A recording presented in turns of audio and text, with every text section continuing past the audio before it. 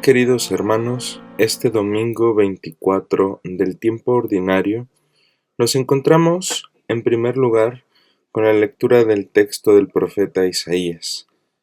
Ciro es un instrumento de Dios, a pesar de que no lo conocía, incluso, quizás sin saberlo, estaba abierto a cumplir la voluntad y el plan de salvación de Dios, y fue su servidor. La elección de Dios radica en la posibilidad que tiene Ciro para traer la salvación a su pueblo. Así como él, muchas veces Dios elige personas para traer salvación a nuestra vida, y nos elige a nosotros para traer salvación a la vida de los demás. Pero tenemos que entender claramente qué significa esta palabra salvación. En el contexto del Antiguo Testamento, la salvación puede ser entendida en dos sentidos básicos.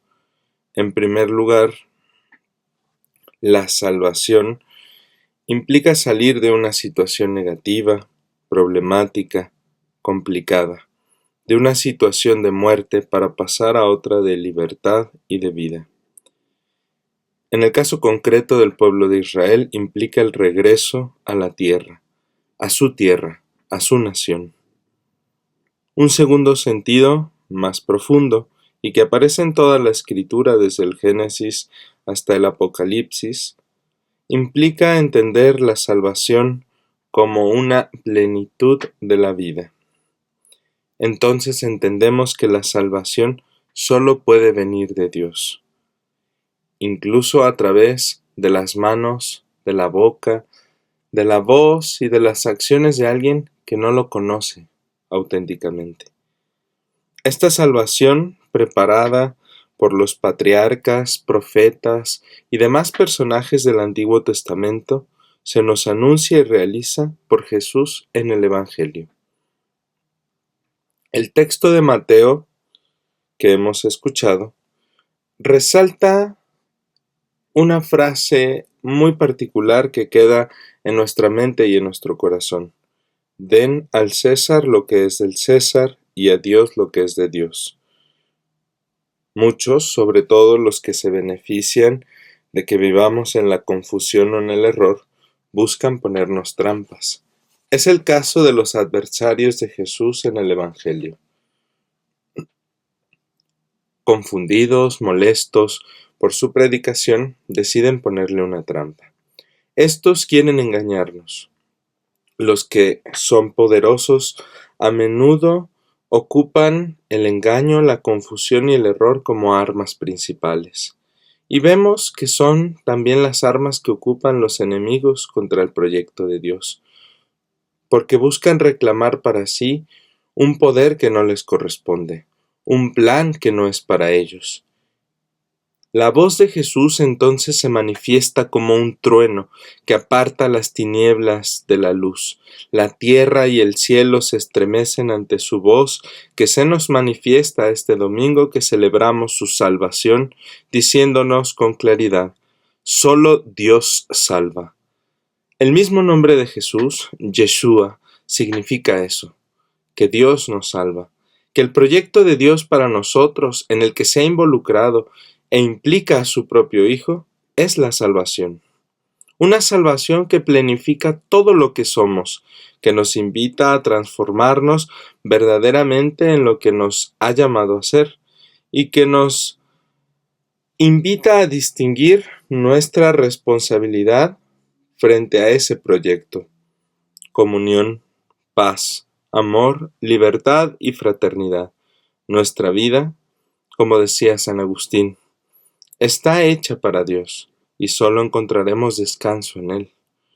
Por eso necesitamos distinguir nuestras obligaciones religiosas que nos ayudan a alcanzar esta salvación que Dios tiene como proyecto para nosotros del resto de los deberes.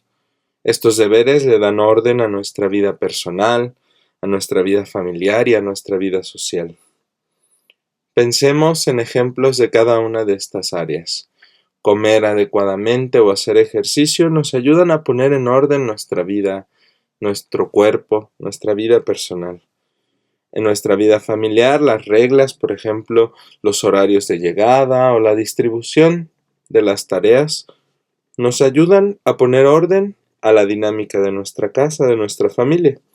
Y en lo social, las múltiples normas de convivencia que van rigiendo la vida en nuestra sociedad nos ayudan a entender que necesitamos este orden para relacionarnos entre nosotros. El pago de los impuestos correspondía al orden de lo social. Jesús no se opone a los gobiernos o al trabajo, ni siquiera al dinero. Pero en otra página del Evangelio ya nos invitaba a mirar con cuidado el poder y el dinero, porque qué difícil es para un hombre rico alcanzar el reino de los cielos y desprenderse de eso, de ese dinero, de ese poder, con tal de seguir verdaderamente a Dios. No nos invita a rezar únicamente y a olvidar todo lo demás. No nos invita sino a santificarnos en nuestra vida, a darle sentido a ese trabajo, al estudio, a la convivencia, a todo lo que hacemos a la luz del proyecto global de Dios que es la salvación. A Dios le corresponde que le entreguemos nuestra vida, nuestros más profundos anhelos y sueños. Por eso, en las lecturas, particularmente en el Evangelio, Jesús nos ha preguntado por el rostro que tiene la imagen de esta moneda. ¿Quién está ahí? El César. Hoy Jesús nos dice a través de esa pregunta, no pierdas tu vida o tu salvación por un pedazo de metal o de papel. No le des tu vida a alguien que no sea Dios. Y entonces podemos nosotros encontrar el sentido de la segunda lectura.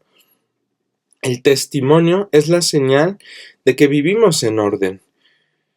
Cómo vivimos es la señal más clara de que nuestra vida y que todo lo que vamos haciendo se va cumpliendo según los deberes que tenemos en nuestra persona, en la familia, en la sociedad, pero principalmente en el seguimiento de Jesús.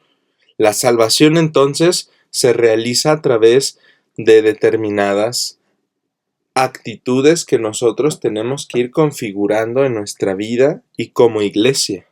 Pablo en este texto a los tesalonicenses, que es el primero de la literatura cristiana, nos invita a dar testimonio a través de tres actitudes, tres modos de manifestar ese amor de Dios por nosotros y entre nosotros. La fe, que es una confianza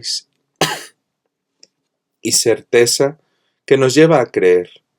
La esperanza, que es el anhelo que tenemos de Dios y que sostiene todas nuestras acciones. Y la caridad, que nos lleva a amar a Dios y al prójimo, a través de la cual vamos haciendo realidad su proyecto. Entonces estamos en condiciones de cantar como el salmista, ya ahora toda la iglesia a la luz de este mensaje de Dios, que realmente solo Él salva, que Dios es Salvador. Podemos aclamar la gloria y el poder del único Señor, no del dinero, no del placer ni del parecer, no de la imagen ni de los metales que resuenan y pierden su brillo con los años, sino del Dios que es nuestra paz y que nos llama hoy a ser constructores de su reino, a través de la fe, la esperanza y el amor. Ojalá que la intercesión de María Santísima y de los santos en este día nos ayuden a ir configurando un seguimiento auténtico de Jesús a través de un testimonio centrado precisamente en estas tres virtudes teologales. Pidámosle al Señor que nos bendiga y que nos acompañe en esta semana, que así sea.